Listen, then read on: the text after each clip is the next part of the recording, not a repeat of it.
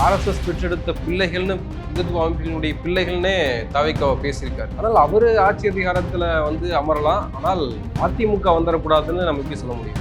அதிமுக பாஜக கூடவே இருந்தது.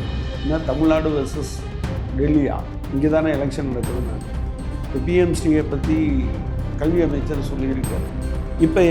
இப்போ தமிழ்நாடு வெர்சஸ் டெல்லியா இல்லை வேறு என்ன? நான் மிரண்டே போயிட்டேன். யாராவது லஞ்சம் கேட்டால் சொல்லுங்கள், 1 லட்ச ரூபா பரிசு அப்படின்னு பார்த்தோன்னே எனக்கு ரொம்ப ஆச்சரியம். சில பத்திரிகைகள்லையும் அதை போட்டிருக்காங்க. நீங்கள் எவ்வளவு அவர் போட்டிருக்கதை பார்த்தா ஹிந்து தொகுத்ததை தாண்டி எனக்கு தெரிஞ்ச கொஞ்சம் இருக்குது. அது கம்மி தான் அப்படின்றீங்க? அது கம்மி ஆக்சுவலாக. திடீர்னு பார்த்தா என்ன தலைமைச் செயலகத்திலேயே சாப்பிட்றாரு, வெள்ளத்துண்டை எடுத்துட்டாரு. What is this? Very bad.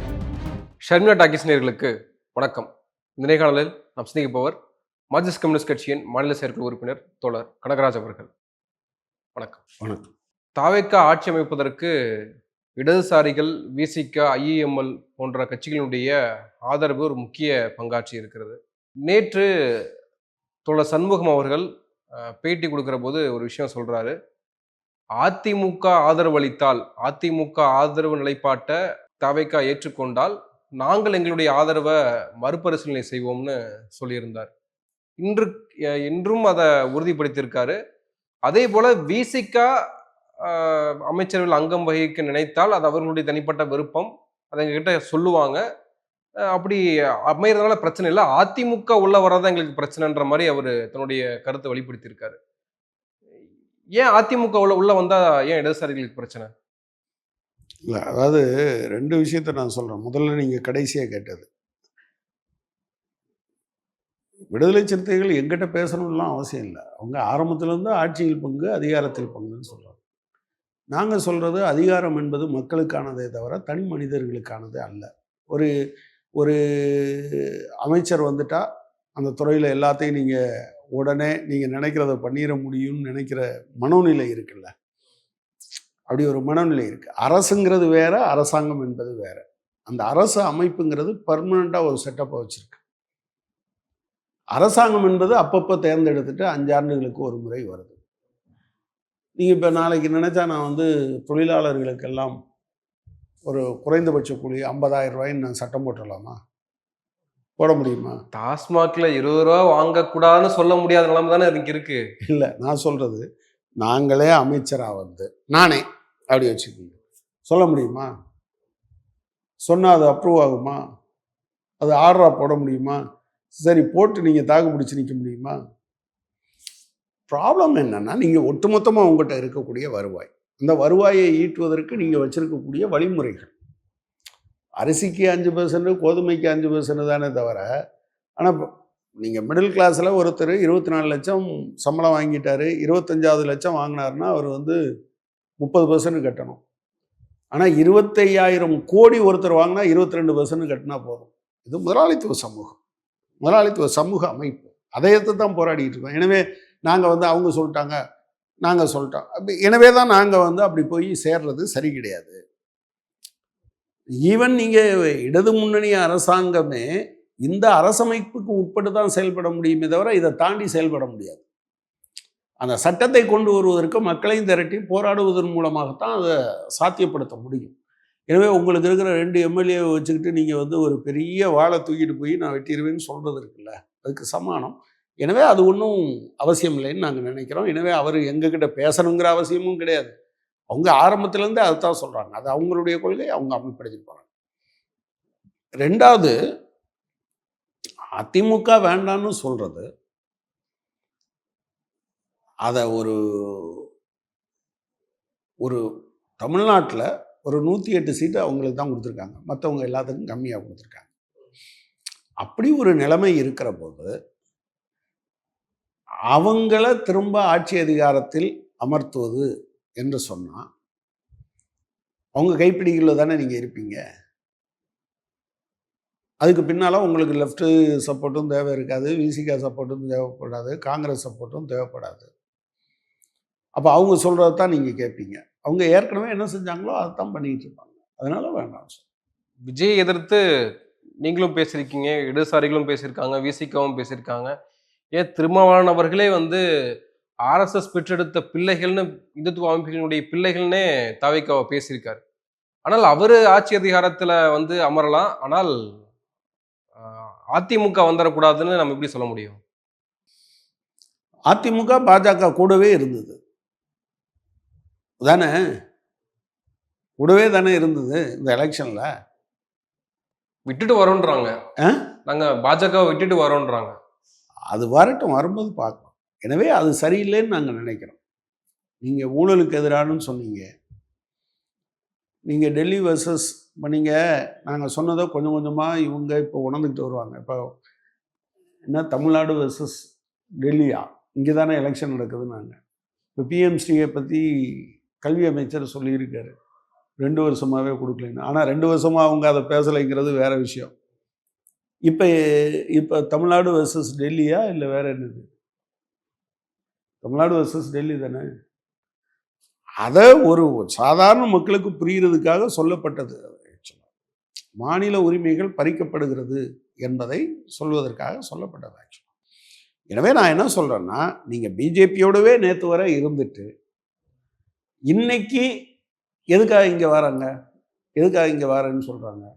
இப்ப தாவேக்கா சைடுல இருந்து யோசிச்சோம் அப்படின்னா, நாங்க அரசாங்கம் ரன் பண்ணணும். பண்ணிக்கங்க. ஆனால் ஏதாவது ஒரு பிரச்சனைகள் வந்தால் சிபிஎம் குடைச்சல் கொடுப்பாங்க, விசிகா குடைச்சல் கொடுப்பாங்க, பிரச்சனை பண்ணுவாங்க. நாங்க எங்க இது முடிஞ்சிருச்சுங்க. அவங்க ஒரு கவர்னர் ஆட்சி வரக்கூடாது, அது வரும் என்கிற ஆபத்து இருந்தபோது அவங்களுக்கு கொடுத்தோம். வேற ஒன்றும் குறைஞ்சபட்ச செயல் திட்டம் அது இது நீங்கள் அதை பண்ணணும் இதை பண்ணணும்லாம் நாங்கள் ஒன்றும் கேட்டுக்கல. அவ்வளோதான் எங்கள் கடமை முடிஞ்சுது. இனிமே அவங்க செய்கிறதுக்கு தகுந்த மாதிரி நாங்கள் பார்ப்போம். நல்லது செஞ்சால் ஆதரிப்போம், தப்பு செஞ்சால் எதிர்ப்போம். ஆனால் இவங்க குடைச்சல் கொடுப்பாங்க, அங்கே குடைச்சல் கொடுக்க மாட்டாங்க, அப்படியே ஏற்றுக்கிட்டு போயிடுவாங்க. அப்படியா? இல்ல ஒரு மேஜர் முடிவுகள் எடுக்கும்போது, இப்போ சென்ற ஆட்சியிலேயே வந்து நீங்க திமுக கூட்டணியில இருந்தீங்க. அப்போது வேலை நேரம் வந்து அதிகமாக உயர்த்தப்பட்டது. 12 மணி நேரமாக உயர்த்தப்பட்ட போது, அதை கடுமையாக எதிர்த்து அதை பின்வாங்க வச்சீங்க. இப்ப அது போல ஒரு நெருக்கடி, அது வந்து அவங்க மெஜாரிட்டி இருந்த போதே வந்தா நெருக்கடி கொடுப்போம், மக்களை திரட்டுவோம், தொழிலாளிகளை திரட்டுவோம், போராடுவோம். அதில் என்ன இருக்கு? கட்டாயம் போராடுவோம். அது கூட்டணியில் இருந்தாலே போராடுறவங்க, கூட்டணி இல்லைன்னா போராட மாட்டோமா? பட் வேற நீங்கள் அமைச்சரவையில் இருக்கீங்க, அது ஒரு கூட்டு முடிவு. நீங்கள் 2 எம்எல்ஏ சாதாரணமாக என்ன கேட்பாங்க? 108 பேர் சொல்கிறத கேட்குறதா, 2 பேர் சொல்கிறத கேட்குறதான்னு கேட்பாங்க. இங்கே அப்படி இருக்கும்போது இன்னும் அவங்க இந்த 2 பேரை வச்சுக்கிட்டு படுற அவஸ்தை இருக்க அப்படின்னு அவங்க சொல்லுவாங்க. ஸோ எங்களை பொறுத்தளவில் கவர்னர் ஆட்சி வரக்கூடாது என்பது தான். அந்த கடமை முடிஞ்சிருச்சு. இனிமேல் சொல்கிறோம், அவங்க அவங்க நீங்கள் போகவே போகாதீங்கிறது இல்லை என் பாயிண்ட்டு. நீங்கள் போனீங்கன்னா நாங்கள் உங்களை ஆதரிக்கிறதுல சிரமம்.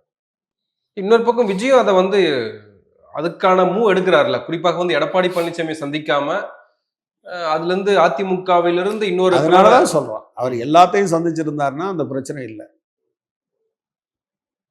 எனக்கு பயங்கர ஆச்சரியமா இருந்தது. அவர் ரொம்ப சிம்பிளா இருப்பாரோ சிவி சண்முகன், அவர் வீட்டை பார்க்கணும்னு தோணுச்சு. இல்லை நீங்கள் சோஃபா கொண்டு வர்றது இருக்குல்ல, ஏங்க அவர் இங்கே தங்க போறாரு, 10 நிமிஷம் இருப்பாரா, 20 நிமிஷம் இருப்பாரா? சரி அப்படியே இருந்தாலும் இந்த இப்போ எங்கள் ஆஃபீஸுக்கு வந்தார், இந்த நாங்கள் உட்கார்ற சேரில் தான் அவர் உட்காந்துட்டு போனார். அதுக்கு ஒரு சோஃபா வாங்குவீங்களா என்ன? அதில் எந்த நோக்கமும் இல்லாமல் இருக்குன்னு நீங்கள் நினைக்கிறீங்களா சோஃபா வாங்கினதில்? ஸோ நாங்கள் என்ன நினைக்கிறோம், இப்போ எங்களுக்கு ஒன்றும் நாங்கள் டிவிக்கே என்னெல்லாம் நிலைப்பாடு எடுத்தது கடந்த காலத்தில்ங்கிறது எங்களுக்கு தெரியும். பிஜேபியை எதிர்த்து அது தேர்தல் நேரத்தில் ஒன்றுமே பேசலை. கவர்னர் அழைக்காத போது கூட அவங்க ஒன்றுமே பேசலை. we know that. ஆனால் கவர்னர் ஆட்சி வந்துடக்கூடாதுன்னு நாங்கள் சொல்கிறோம். அதை மீறி பாஜக அல்லது அவங்களுக்கு ஆதரவு கொடுப்பதற்காக அவர்கள் முயற்சி பண்ணால், அல்லது பாஜகவோட இருந்தவங்களோட அவங்க பேசுகிறாங்கன்னா we will discuss. இதையே அப்படி பேசித்தானே முடிவெடுத்தோம், அது மாதிரி அதை பேசி முடிவெடுப்பாங்க. அதுதான் எங்கள் மாநில செயலாளர் சொன்னாங்க. இந்த ஆட்சியில் நிறைய விஷயங்கள் குறிப்பாக வந்து இந்திய மாணவர் சங்கம் போய் சந்திக்கிறாங்க, அவங்களுடைய கோரிக்கைகளை முன்வைக்கிறாங்க, அதை கேட்டுக்கொள்கிறார் முதலமைச்சர்னு பார்க்கிறோம். அடுத்த நாள் ஏபிவிபியினுடைய அமைப்பு மாணவர் சங்கமும் போய் பார்க்குது. அதுக்கும் அவங்களுடைய கோரிக்கையை நான் ஏத்துக்கிறேன், மறுபரிசீலனை செய்யறேன், இல்ல அதை வந்து இப்ப என்இபி வந்து ஏத்துக்குங்க அப்படின்னு சொல்றப்போ, பிஎம்சி ஏத்துங்க சொல்றப்போ நாங்க ஆய்வு பண்றோம் அப்படின்னு சொல்றதெல்லாம் நம்ம எப்படி அங்கேயும் நான் பாக்குறேன்றது, இங்கேயும் நான் பாக்குறேன்றது அவர் எதன் பக்கம் நிற்கிறார் என்பது போக போக தெரியும்ல. தெரிஞ்ச பிறகு அதை இப்ப முடிவு. ஸ்டாலின் கிட்ட போய் ஏபிவிபி போய் கொடுப்பாங்களா? இல்ல அது கொடுக்க மாட்டாங்க. அதனால தானே அவர் பிஜேபியை எதிர்க்கல அப்படிங்கிறத நம்ம விமர்சனமா வச்சோம். ஒரே ஒரு பாயிண்ட் என்ன அப்படின்னு சொன்னா, இந்திய மாணவர் சங்கம் நீங்க ஒரு சாதாரணமாக கட்சி தலைவர்களாக சந்திப்பதற்கும் முதலமைச்சர் எல்லாத்தையும் தான் சந்திக்க வேண்டியிருக்கு. கரெக்ட். எனவே ஏபிவிபி ஒரு பெட்டிஷன் கொடுக்க வராங்கன்னா அவர் வேண்டாம்லாம் சொல்ல முடியாது. இல்ல அவங்க ஸ்டாலின் கொடுத்துருக்க மாட்டாங்கல்ல. கொடுக்க மாட்டாங்க அவங்களுக்கு தெரியும். பட் இப்போ நீங்க ராஜ்மோகன் என்ன சொல்லியிருக்காரு, பிஎம்சியை நாங்கள் அது எதனால அவங்க கட்சி கொள்கையினால மட்டும் நான் சொல்ல மாட்டேன். தமிழ்நாடு அதை ஏற்றுக்கொள்ளாதுன்னு நினைக்கிறார், அவ்வளோதான். பட் இப்போ ஏபிவிபி என்ன நினச்சிருக்கலாம்னா, ஒருவேளை விஜய் அவர்கள் ஏற்றுக்கொள்ளலாம் அப்படின்னு நினச்சிருக்கலாம். சொற்பமான காலங்கள் தான் ஆயிருக்கு. ஒரு 7-8 ஒரு வாரம் மேலே தான் போயிருக்கு. அதுக்குள்ளே சில கிரிட்டிசிசம்லாம் முன்வைக்க முடியாது. அது ஒரு ஆட்சி நடத்துவதற்கான காலகட்டம் அப்படின்றது ஒரு 6 மாதம் கழித்து தான் நம்மளுடைய ஆட்சியினுடைய விமர்சனங்களை முன்வைக்க முடியும். ஆனால் நிறைய ஃபேக் நியூஸ், ஃபேக் நரேட்டிவ்ஸ் வந்து சமூக வலைதளங்களாக மிகப்பெரிய அளவுக்கு அதை வந்து மக்களுடைய சிந்தனையை வந்து டோட்டலாக மழுங்கடிப்பதற்கான வேலைகள் நடந்து கொண்டிருப்பதை பார்க்க முடியுது. தி ஹிந்து அண்மையில் ஒரு வீடியோ ஒன்று அதை பற்றின ஒரு முழு வீடியோ ஒன்று போட்டிருந்தாங்க. அது முன்னாள் முதலமைச்சர் ஸ்டாலினும் அதை பகிர்ந்திருந்தார். முழுக்க ஃபேக் நரேட்டிவ்ஸ் வச்சு கட்டமைக்கப்படுது, இந்த ஆட்சியை பற்றி பிம்பங்கள் கட்டமைக்கப்படுதுன்னா நீங்கள் எப்படி அதை பார்க்குறீங்க? இல்லை, நான் நேற்று அதை பகிர்ந்துட்டு நான் என்ன சிஎம்ஓ தமிழ்நாடை நான் ட்ராக் பண்ணியிருந்தேன். சிஎம்ஓ தமிழ்நாடு கட்டாயமாக இதை கண்டிக்கணும், இந்த மாதிரி போடாதீங்கன்னு சொல்லணும். ஏன்னா அது கவர்மெண்ட் சைட்லேருந்தும் போட்டது கிடையாது, தாவேகா சைட்லேருந்தும் போட்டது கிடையாது. ஆனால் தாவேகா ஆதரவு நிலைப்பாட்டோடு இருக்கக்கூடியவங்க போட்டிருக்காங்க. தேர்தலில் என்ன நேரேட்டிவ் செட் பண்ணப்பட்டது என்பது குறித்தான விவரங்கள் இப்போ ஏராளமாக வந்துட்டுருக்கு. இன்னைக்கு கூட ஒரு செய்தி, நான் மிரண்டே போயிட்டேன். யாராவது லஞ்சம் கேட்டால் சொல்லுங்கள், 1 லட்ச ரூபா பரிசு அப்படின்னு பார்த்தோன்னே, இது என்ன சினிமா மாதிரி இருக்கே, சரி என்னன்னு பார்ப்போம்னா அதில் ஒரு டோல் ஃப்ரீ நம்பர் போட்டிருந்தாங்க, 1800-425-1555. நான் இந்த நம்பருக்கு காலையில் அடித்தேன், என்னன்னு செக் பண்ணுவோமே. அது வேலூரில் இருக்கக்கூடிய ஹாஜான்னு ஒரு கம்பெனிக்கு போகுது. நான் அடித்து பார்த்தேன் காலையில். என்னங்க இந்த மாதிரி இது வந்து இந்த லஞ்சம் சம்மந்தமாக புகார் பண்ணுறதுக்கு தானே அப்படின்னு கேட்டேன். இல்லை சார், அந்த நம்பரை தப்பாக கொடுத்துட்டாங்க சார் அப்படின்னு சொன்னாங்க. ஆனால் நான் வந்து சில இன்ஸ்டாகிராம் போஸ்ட்டை பார்க்குறேன், சில ஒரு டிவிலேயே ஜெம் டிவியில், அப்புறம் ஜி தமிழ் நியூஸா அந்த மாதிரி ஒன்று, தமிழ் வயர்னு ஒரு வெப்சைட்டு, இவங்கெல்லாம் என்ன போட்டிருக்காங்கன்னா, நீங்கள் 1000 ரூபா லஞ்சம் கேட்டதை சொன்னால் கூட உங்களுக்கு 1 லட்ச ரூபா வந்து பரிசு தர்றோம் அப்படின்னு இருக்கு. எனக்கு ரொம்ப ஆச்சரியம். சில பத்திரிகைகள்லையும் அதை போட்டிருக்காங்க. இது நல்லது கிடையாது. நீங்கள் நாளைக்கு இந்த புலி வருதுன்னு ஒரு கதை சொல்லுவாங்க தெரியுமா? ஒருத்தர் எப்போ பார்த்தாலும் புலி வருதுன்னு சொல்லிக்கிட்டே இருப்பார், எல்லாரும் ஓடி ஒளிஞ்சிக்கிட்டு இருப்பாங்க. உண்மையிலே புலி வரும், அப்போ இவன் சொன்னால் அது உண்மையாக இருக்காதுன்னு அவங்க இருந்தாங்க, புலி வந்து சாப்பிட்டு போயிடும்னு ஒரு கதை இருக்குது. ஏன் நீங்கள் வந்து இந்த மாதிரி பொய்யான செய்திகளை சொல்லக்கூடாது என்பதற்கு சின்ன பிள்ளையில் அப்படி சொல்லி தருவாங்க. நான் என்ன பார்க்குறேன்னா, நாளைக்கு இந்த அரசாங்கம் சரியான விஷயத்தை சொன்னால் கூட அதை நீங்கள் எவ்வளவு அவர் போட்டிருக்கதை பார்த்தா ஹிந்து தொகுத்ததை தாண்டி எனக்கு தெரிஞ்ச கொஞ்சம் இருக்குது, அது கம்மி தான் அப்படின்றீங்க. அது கம்மி ஆக்சுவலாக. ஏன் இது இப்படி வருது? இப்போ மக்களில் கொஞ்சம் பேர், எனக்கு தெரிஞ்சு காலையில் ஒரு ஆட்டோ டிரைவர் என்கிட்ட கேட்டார், சார் அவர் ஹிந்து இதை வாசிக்கலை, பார்க்கல அந்த வீடியோவை. அவர் என்கிட்ட கேட்டார், ஏதோ இந்து பத்திரிக்கைக்காரங்க இப்படி போட்டிருக்காங்களாமா சார், அதெல்லாம் உண்மையா சார் அப்படின்னு. நீங்கள் அதில் எங்கேருந்து ஆரம்பித்தாங்கன்னா, பொது தொகுதியில் இத்தனை தலித் வேட்பாளர்களை நிறுத்தியது அப்படிங்கிறதுல ஆரம்பித்து, அதில் வெற்றி பெற்றவங்க எத்தனைங்கிறதுல ஆரம்பித்து, எல்லாரும் டாக்டர் டாக்டர் டாக்டர்னு போட்டுக்கிறாங்க. இதெல்லாம் வந்து உண்மையிலே வந்து நீங்கள் உங்களுடைய வாக்காளர்களை ஏமாற்றுவது இல்லையா? டாக்டர் படித்தவர் அதனால் போடலான்னு நினச்சிக்கலாம். இப்போ எனக்கு எந்த டாக்டரை பார்த்தாலும் சந்தேகம் போல இருக்கு. சரி, நீங்கள் அதை கட்டாயமாக முதலமைச்சர் என்ன சொல்லணும்னா, இந்த மாதிரி என்னுடைய பெயரில் போடாதே அப்படின்னு சொல்லணும். போட்டால் நடவடிக்கை எடுப்பேன்னு சொல்லணும். அதாவது உங்களை அவதூறு பண்ணுறது மட்டும் இல்லை இல்லையா? திடீர்னு பார்த்தா ஏன்னா தலைமைச் செயலகத்திலேயே சாப்பிட்றாரு, வெள்ளத்துண்டை எடுத்துட்டாரு. What is this? Very bad, ரொம்ப தப்பு. அதை நேமாக அவருக்கு சொல்லுவாங்களான்னு எனக்கு தெரியல. சொல்லணும், எல்லாரும் சொல்லணும், இது தப்புங்க அப்படின்னு சொல்லணும். நீங்கள் நல்லது பண்ணால் கூட நம்ப மாட்டாங்க. இதே போல் நேற்றைக்கு காலையில் ஒரு டெண்டர் 9 மணிக்கு ஆரம்பித்து 3 மணிக்கு க்ளோஸ் ஆகுது. அவங்க போட்டிருக்காங்க. அப்படி நடந்துருச்சா, அதை ஸ்டாப் பண்ணிட்டாங்களா? பட் வெப்சைட்டில் அது அப்படி தான் இருக்குது. நீங்கள் 9 மணிக்கு ஒருத்தன் அதை பார்க்குறதுக்கே ஒரு நாளோ 2 நாளோ ஆகும். 24 மணி நேரமும் உட்காந்துட்டா பார்த்துட்டு இருப்பாங்க. சரி, அப்படி பார்த்தா கூட அதுக்கு டெண்டருக்கு ஒர்க் அவுட் பண்ணுறதுக்கு கொஞ்சம் டைம் வேணும் இல்லையா? நான் ஒரு கம்பெனியில் வேலை பார்த்தேன். அவங்க டெண்டர் கோட் பண்ணுறதுக்கு முன்னால் அதில் இருக்கக்கூடிய மெட்டீரியல்ஸ் வேணும்னா மெட்டீரியல், அல்லது சர்வீஸ் வேணும்னா அந்த சர்வீஸ் எல்லாம் நீங்கள் எவ்வளோ வாங்குவீங்க? ஏன்னா எல்லாத்தையும் செய்கிறதுக்கு ஒரு கம்பெனிக்கிட்ட இது இருக்காதுல்ல. அவங்ககிட்ட எல்லாம் கொட்டேஷன் வாங்குவான். கொட்டேஷன் வாங்கும்போது இது 3 மாதத்துக்கு வேலிட், 6 மாதத்துக்கு வேலிட், அப்புறம் பேமெண்ட் டேர்ம்ஸ் இதெல்லாம் போடுவான். நீங்கள் 9 மணிக்கு ஆரம்பித்து 3 மணிக்கு முடிக்கிறீங்க அப்படின்னு சொன்னால் ஜஸ்ட் 6 hours. அப்படியெல்லாம் பண்ணக்கூடாதுன்றான். இது ஒன்றும் யதார்த்தமான வாழ்க்கையில். இப்போ தி இந்து அதை வெளியிட்டா, தி இந்துக்கும் டிஎம்கேக்கும் ஒரு தொடர்பு இருக்கு, அதனாலதான் இவங்க இதெல்லாம் வெளியிடுறாங்க. இது ஏன் நீங்க கடந்த காலங்களில் நீங்க வந்து திமுக ஆட்சியில் இதை பண்ணிருக்கீங்களா? எப்படி இல்லை, ஒரே ஒரு விஷயம் தாங்க. நீங்கள் உங்களை பற்றி ஒன்று வருதுன்னா அது உண்மையா பொய்யா? வள்ளுவர் ரொம்ப காலத்துக்கு முன்னால் சொல்லிட்டு போயிட்டார், எப்பொருள் யார் யார் வாய் கேட்பினும் அப்பொருள் மெய்ப்பொருள் காண்பது அறிவு. இந்த நாளைக்குள்ள கடந்த 10ஆம் தேதியிலிருந்து 20ஆம் தேதிக்குள்ள நடந்த விஷயங்கள், வெளிப்படுத்தப்பட்ட விஷயங்கள்னு ஒன்று சொல்கிறாங்க.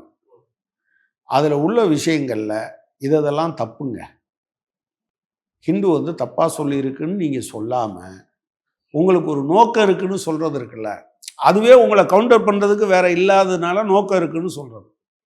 ஹிந்துக்கு அப்படி ஒரு பயஸ் இருந்தால் திமுக இருக்கும்போது ஏன் பண்ணலைன்னு கேட்குறது தனி. பட் இதில் சொல்லியிருக்க 10 விஷயத்தில் எதுவுமே உண்மை இல்லைன்னு சொல்கிறது தானே உங்களை நியாயமாக காட்டும் இல்லையா? இப்போ நான் இப்போ சொன்னேன்ல, 9 மணிக்கு டெண்டர் போட்டு 3 மணிக்கு க்ளோஸ் பண்ணால் யார் பார்க்குறது அப்படின்னு. ஒருவேளை திமுக பீரியடில் நடந்ததுன்னா என் கவனத்துக்கு வராமல் கூட இருந்திருக்கலாம். நீங்கள் என்ன சொல்லணும்? அப்படி இருந்தால் அதை சரி பண்ணுறோன்னு சொல்லணுமே தவிர, திமுக பீரியட்லேயே நடக்கலையான்னு கேட்டால் எனக்கு உண்மையிலே தெரியாது. இப்போ அது வெளியே வந்திருக்கிறதுனால தெரிஞ்சிருக்கு. ஆக்சுவலாக டிவிகேவுக்கு எதிராக பரப்பக்கூடிய சில விஷயங்கள், அல்லது அவங்கள தாழ்த்துவது போல இல்லை எக்ஸ்போஸ் செய்வது போல சில செய்திகள் வெளியிட்டா அதை வந்து எக்ஸ் நிறுவனத்திடமே முறையிட்டு அதை முடக்குவதற்கான நிகழ்வுகளும் நடந்திருக்கு. குறிப்பாக வந்து டாஸ்மாக்ல ஒரு ஊழியர் அடிக்க பாய்ந்ததெல்லாம் வந்து அதை ரிப்போர்ட் பண்ணி பிளாக் பண்ண சொல்லியிருக்காங்க. ஒன்றிய அரசையே அணுகியிருக்காங்கலாம் பார்க்குறோம். இந்த நடவடிக்கை நம்ம அன்டெமோக்ராட்டிக்கா வந்து நீங்க ஒரு நடக்கிறது இருக்குல்ல? இல்லை, அது இது எல்லாத்தையுமே அவர் விஜய் கணக்கில் எழுதுறதுல எனக்கு உடன்பாடு இல்லை. வரட்டும், கொஞ்சம் நாளாகட்டும், இதையெல்லாம் மதிப்பீடு செய்யலாம். ப்ராப்ளம் என்னன்னா, ஆனால் அவர் சொல்லணும், என்னை பற்றி நெகட்டிவாகவும் என்னை பற்றியோ எங்கள் ஆட்சியை பற்றியோ நெகட்டிவாகவும் பண்ணாதீங்க, இல்லாத பாசிட்டிவ்னும் பண்ணாதீங்கன்னு அவர் வாயை திறந்து பேசணும். அப்படி சொல்லலைன்னா இதில் அவருக்கு ஒப்புதல் என்று பொருள், இதில் அவருக்கு உடன்பாடு என்ற பொருள். அப்படி தானே புரிஞ்சு கொள்ள முடியும். விசிகா தங்களுக்கான இடங்களை பெற்றுக் கொள்கிற போது, ஆட்சியில் அதிகாரத்திலும் பங்குன்னு அவங்க சொல்கிற போது, அதே அளவுக்கு எம்எல்ஏக்களை 2 எம்எல்ஏக்களை இடதுசாரிகள் வச்சிருக்காங்க. அவங்க ஏன் ஆட்சியில பங்கு பெறக்கூடாது? ஒருவேளை அப்படி ஆசை இருந்தும் அதை வெளிப்படுத்தாம இருக்கீங்களா? எங்களுக்கு அதாவது நாங்கள் இதை வேற மாதிரி பார்க்குறோம், அவங்க வேற மாதிரி பார்க்குறாங்க. இப்போ அவங்க ஆரம்பத்திலேருந்தே ஆட்சியில் பங்கு, அதிகாரத்தில் பங்குன்னு சொல்லிட்டு இருக்காங்க. எங்களுக்கு அதிகாரம் என்பது மக்களுக்கான அதிகாரம். ஒரு ஏழை ஒருத்தர் எம்எல்ஏ ஆயிட்டாரு, மினிஸ்டர் ஆயிட்டாருன்னா ஏழைகளுக்கான எல்லாத்தையும் செஞ்சிட முடியுமா? இல்லை. நாங்கள் அப்படி பார்க்குறோம். பட் விசிகா அது ரைட் ஃப்ரம் த பிகினிங், அது ஒன்றும் புதுசெல்லாம் கிடையாது. அவங்க ஆரம்பத்துலேருந்தே சொல்லிகிட்டு இருக்காங்க. எனவே அவங்க போகணுன்னா அவங்க போகலாம். அதுக்கு அது எங்கள் இதில் நாங்கள் எழுதி வச்சுருக்கோமே. நீங்கள் பிரதமராக வருவதற்கான வாய்ப்பு இருந்தது போது கூட நாங்கள் வேண்டாம் என்று தான் சொன்னோம்.